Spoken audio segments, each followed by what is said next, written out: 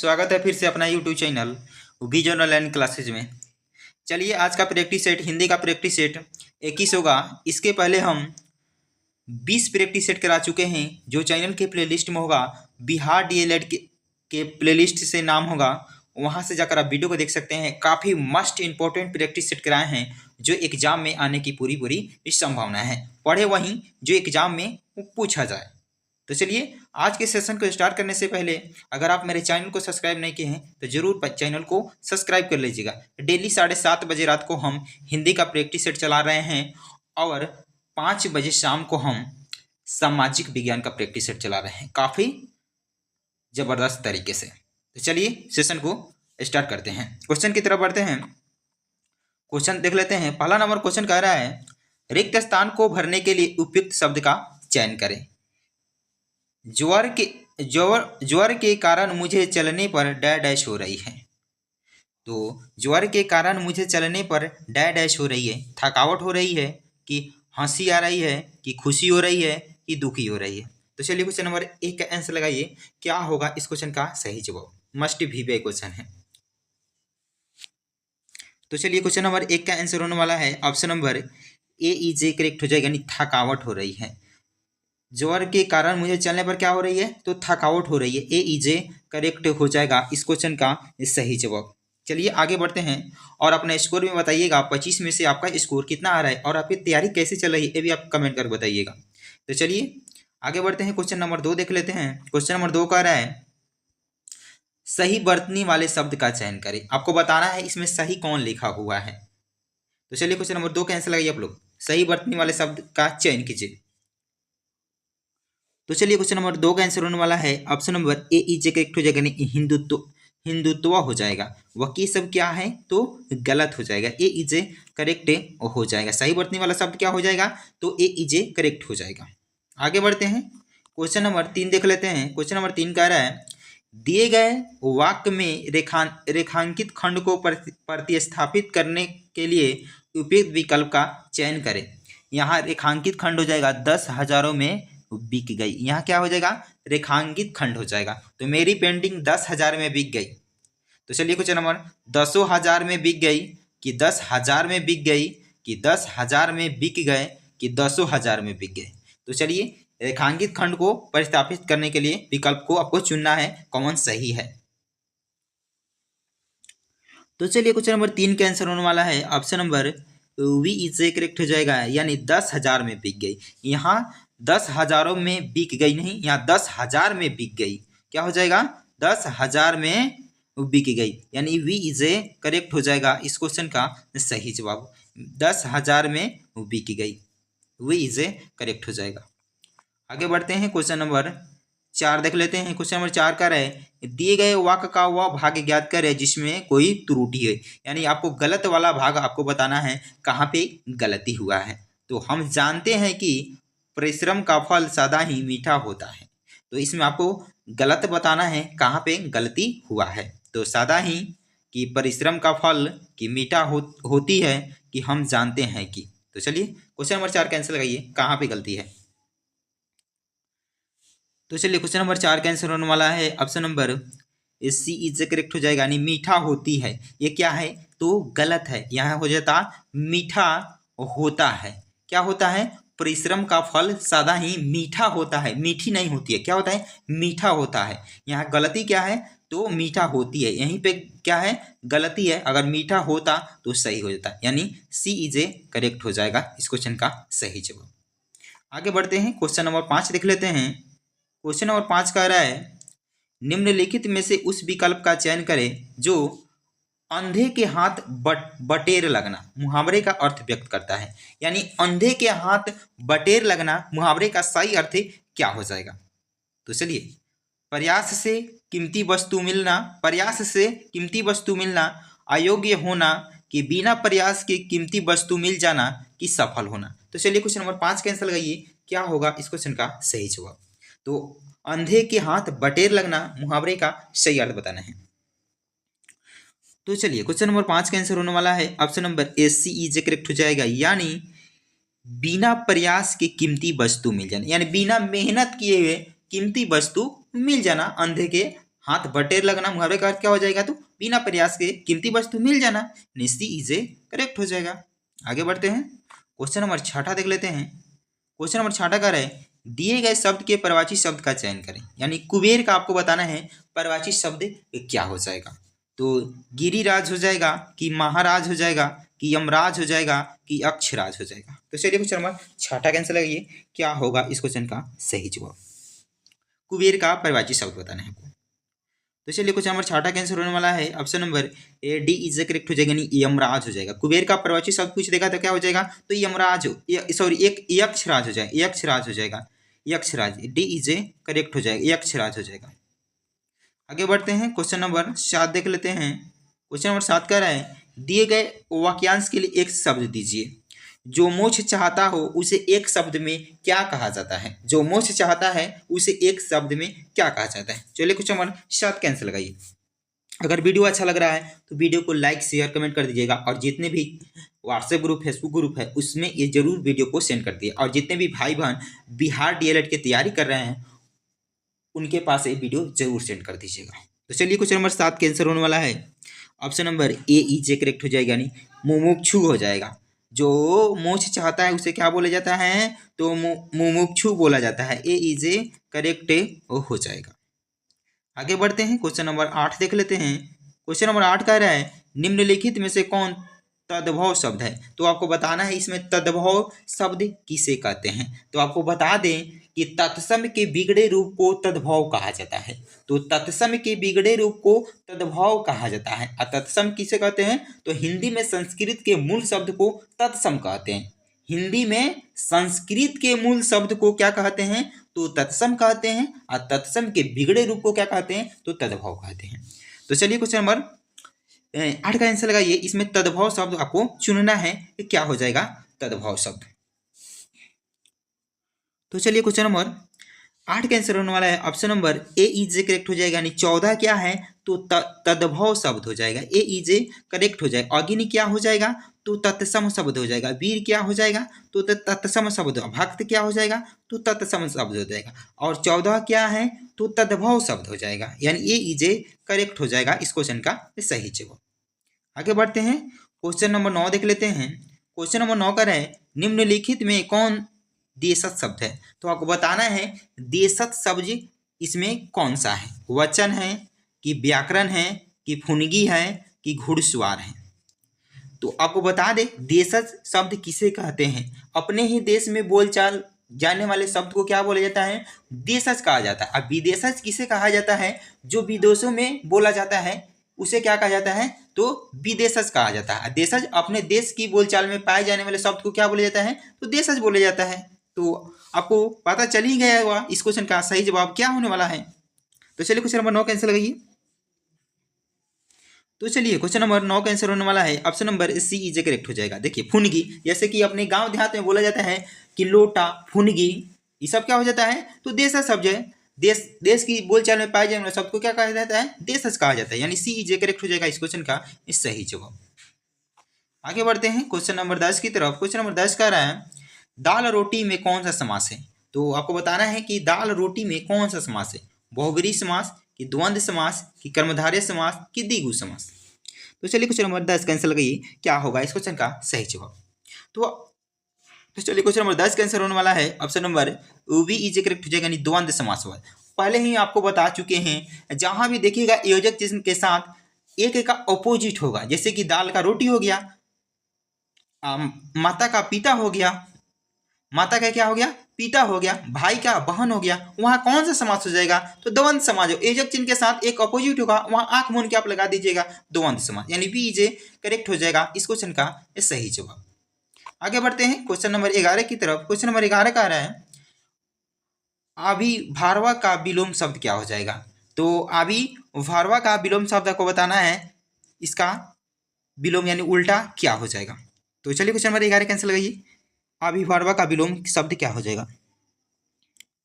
तो चलिए question number 11 cancel होने वाला है option number C is correct हो जाएगा, यानी तिरोभावा हो जाएगा। क्या हो जाएगा, अभिभार्वा का विलोम शब्द क्या हो जाएगा, तो तिरोभावा हो जाएगा, यानी सी इज करेक्ट हो जाएगा।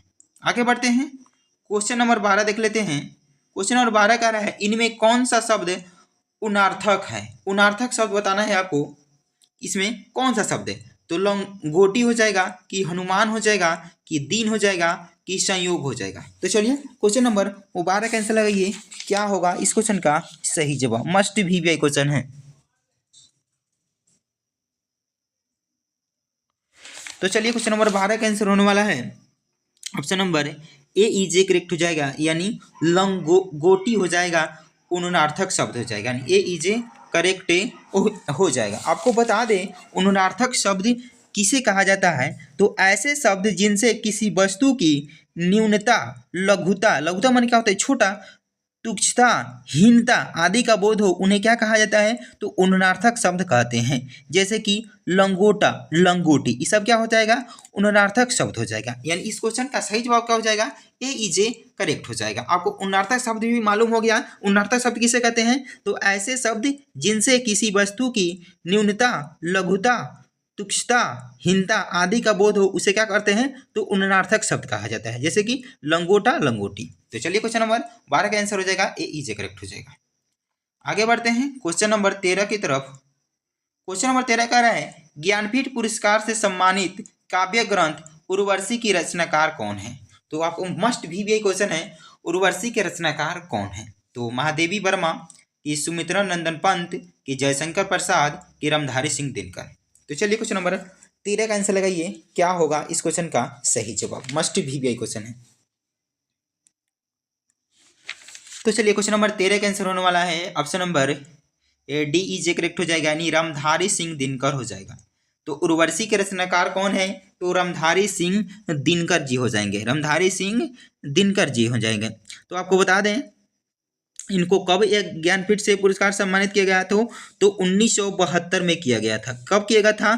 तो 1972 में किया गया था। इसी के दो उर्वशी जो रचना रामधारी सिंह दिनकर द्वारा रचा गया था, इनकी इसी रचना पर ज्ञानपीठ पुरस्कार से इनको सम्मानित किया गया था 1972 में। इस क्वेश्चन का सही जवाब डी इज ए करेक्ट हो जाएगा। आगे बढ़ते हैं, क्वेश्चन नंबर 14 देख लेते हैं। इनमें कौन सा शब्द तलवार का समानार्थी नहीं है? तो आपको बताना है तलवार का समानार्थी कौन नहीं है। तो कृपान की असी की बल्लभ की खड्ग। तो चलिए क्वेश्चन नंबर 14 का आंसर लगाइए, क्या होगा इस क्वेश्चन का सही जवाब? तो चलिए क्वेश्चन नंबर 14 का आंसर होने वाला है option number C is correct हो जाएगा। बल्लभ जो है तलवार का समानार्थी नहीं है, बाकी ये क्या है? तलवार का समानार्थी हो जाएगा। कृपान भी तलवार का समानार्थी हो जाएगा, अस्सी भी तलवार का समानार्थी हो जाएगा, और खड्ग भी तलवार का समानार्थी हो जाएगा। लेकिन बल्लभ क्या है? जो तलवार का समानार्थी नहीं है। सी इज ए करेक्ट हो जाएगा। आगे बढ़ते हैं, क्वेश्चन नंबर 15 देख लेते हैं।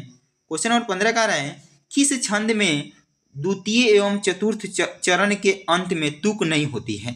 तो आपको बताना है किस छंद में द्वितीय एवं चतुर्थ चरण में अंत में तुक नहीं होता है। तो दोहा में कि चौपाई में कि रोला में कि सोरठा में। तो चलिए क्वेश्चन नंबर 15 कैंसिल करिए। तो चलिए क्वेश्चन नंबर 15 का आंसर होने वाला है option number A D is correct हो जाएगा। सोरठा में द्वितीय एवं चतुर्थ चरण के अंत में तुक नहीं होता है, सोरठा में। डी इज ए करेक्ट हो जाएगा। आगे बढ़ते हैं, क्वेश्चन नंबर 16 देख लेते हैं। क्वेश्चन नंबर 16 कह रहा है निम्नलिखित में से मात्रिक छंद है। तो आपको बताना है मात्रिक छंद किस में होता है? तो सवैया में कि दोहा में कि इंदिरा वर्जा में कि इनमें से कोई नहीं।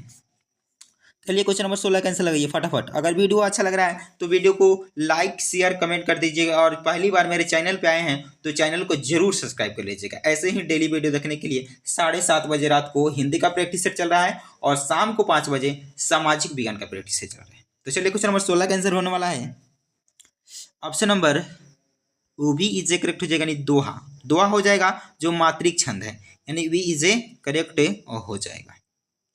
आगे बढ़ते हैं क्वेश्चन नंबर 17 की तरफ। क्वेश्चन नंबर 17 कह रहा है कवि बिहारी मुख्यतः किस रस के कवि थे? तो आपको जो कवि बिहारी थे वह किस रस के कवि थे? तो करुण रस के कि भक्ति रस के कि वीर रस के कि श्रृंगार रस के। तो चलिए क्वेश्चन नंबर 17 का आंसर लगाइए। तो चलिए क्वेश्चन नंबर 17 का आंसर होने वाला है option number D is a correct हो जाएगा, यानी सिंगार रस के हो जाएगा। तो कवि बिहारी मुखर्जी किस रस के कवि थे? तो सिंगार रस के कवि थे। डी इज ए करेक्ट हो जाएगा। आगे बढ़ते हैं, क्वेश्चन नंबर 18 देख लेते हैं। क्वेश्चन नंबर 18 का है शांत रस की उत्पत्ति कब होती है? तो आपको बताना है कि शांत रस की उत्पत्ति कब होती है। तो संसार से वैराग्य होने पर, कि क्रोध भाव दर्शाने के बाद, कि भय की स्थिति उत्पन्न होने पर, कि घोर विनाश के पश्चात। तो चलिए क्वेश्चन नंबर 18 का आंसर लगाइए, मस्ट भी वे क्वेश्चन है। तो चलिए क्वेश्चन नंबर 18 का आंसर होने वाला है option number A is a correct हो जाएगा, यानी संसार से वैराग्य होने पर शांत रस की उत्पत्ति होती है। ए इज ए करेक्ट हो जाएगा। आगे बढ़ते हैं क्वेश्चन नंबर 19 की तरफ। क्वेश्चन नंबर 19 कह रहा है तरनी तनुजा तट तमाल तरुअर बहु छाए में कौन सा अलंकार है?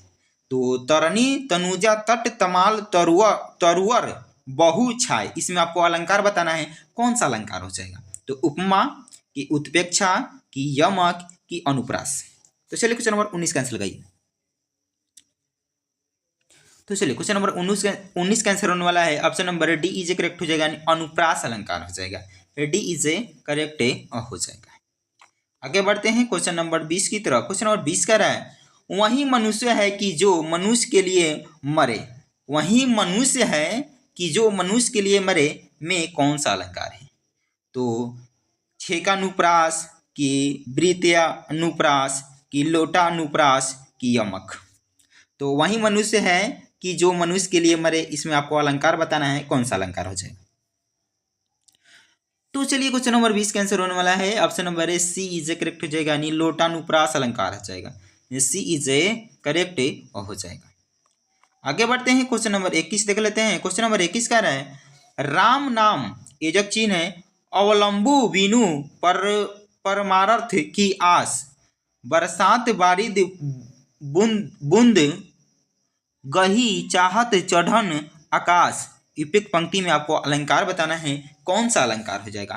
तो अतिशयोक्ति अलंकार, की उपमा अलंकार, की उत्प्रेक्षा अलंकार, की रूपक अलंकार। राम नाम एजक चिन्ह है अवलंबु बिनु परमारथ की आस, बरसात बारिद बूंद गही चाहत चढ़न आकाश।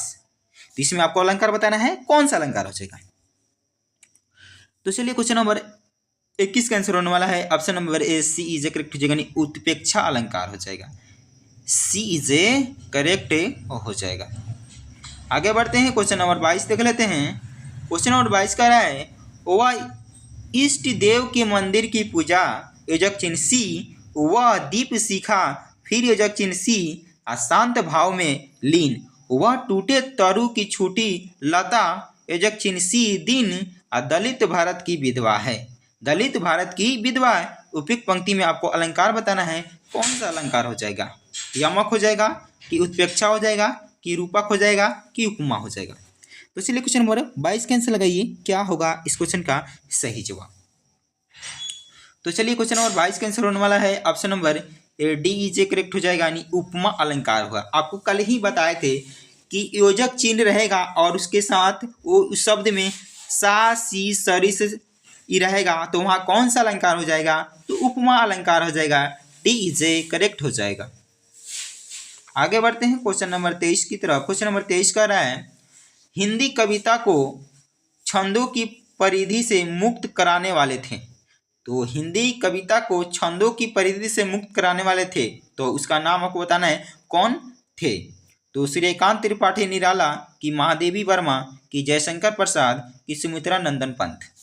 तो चलिए क्वेश्चन नंबर 23 कैंसिल लगाइए। तो चलिए क्वेश्चन नंबर 23 का आंसर होने वाला है option number A is a correct हो जाएगा, यानी सूर्यकांत त्रिपाठी निराला हो जाएगा। ए इज ए करेक्ट हो जाएगा, जो हिंदी कविता को छंदों की परिधि से मुक्त कराने वाले थे। कौन? तो सूर्यकांत त्रिपाठी निराला। ए इज ए करेक्ट हो जाएगा। आगे बढ़ते हैं क्वेश्चन नंबर 24 की तरफ। क्वेश्चन नंबर 24 का है खड़ी बोली का प्रथम महाकाव्य है। तो खड़ी बोली का प्रथम महाकाव्य कौन है? तो रीरजा है, कि साकेत है, कि प्रिय प्रवास है, कि कामयानी है। तो चलिए क्वेश्चन नंबर 24 का आंसर लगाइए फटाफट। तो चलिए क्वेश्चन नंबर 24 का आंसर होने वाला है option number A C is correct हो जाएगा, यानी प्रिय प्रवास हो जाएगा। क्या हो जाएगा? तो खड़ी बोली का प्रथम महाकाव्य कौन है? तो प्रिय प्रवास हो जाएगा, सी इज ए करेक्ट हो जाएगा। आगे बढ़ते हैं क्वेश्चन नंबर 25 की तरफ। आज का ये प्रैक्टिस सेट का लास्ट क्वेश्चन होगा और अपना स्कोर बताइएगा 25 में से आपका स्कोर कितना है। तो कारक के कितने भेद होते हैं? मस्ट भी क्वेश्चन है। 6 कि 7 कि 8 कि 9? तो चलिए क्वेश्चन नंबर 25 का आंसर लगाइए। तो चलिए क्वेश्चन नंबर 25 का आंसर होने वाला है option number A C is correct हो जाएगा, यानी 8 कारक के कितने भेद होते हैं? तो 8 भेद होते हैं। तो कर्ता ने क्रम को करण से, ये सब क्या होता है? यही 8 भेद होता है। कारक के कितने भेद होते हैं? तो 8 भेद होते हैं। चलिए आज के लिए इतना ही था, फिर मिलते हैं अगले वीडियो में। अगर वीडियो आपको अच्छा लगा हो तो वीडियो को ज़्यादा से ज़्यादा लोग तक शेयर कर दीजिएगा, और चैनल को अगर पहली बार मेरे चैनल पे आए हैं तो चैनल को जरूर सब्सक्राइब कर लीजिएगा। और जितने भी भाई बहन ग्रुप डीएलएड की परीक्षा की तैयारी कर रहे हैं उसके पास जरूर इस वीडियो को सेंड कर दीजिए, काफ़ी फायदेमंद होगा। चलिए फिर मिलते हैं नेक्स्ट वीडियो में। जय हिंद।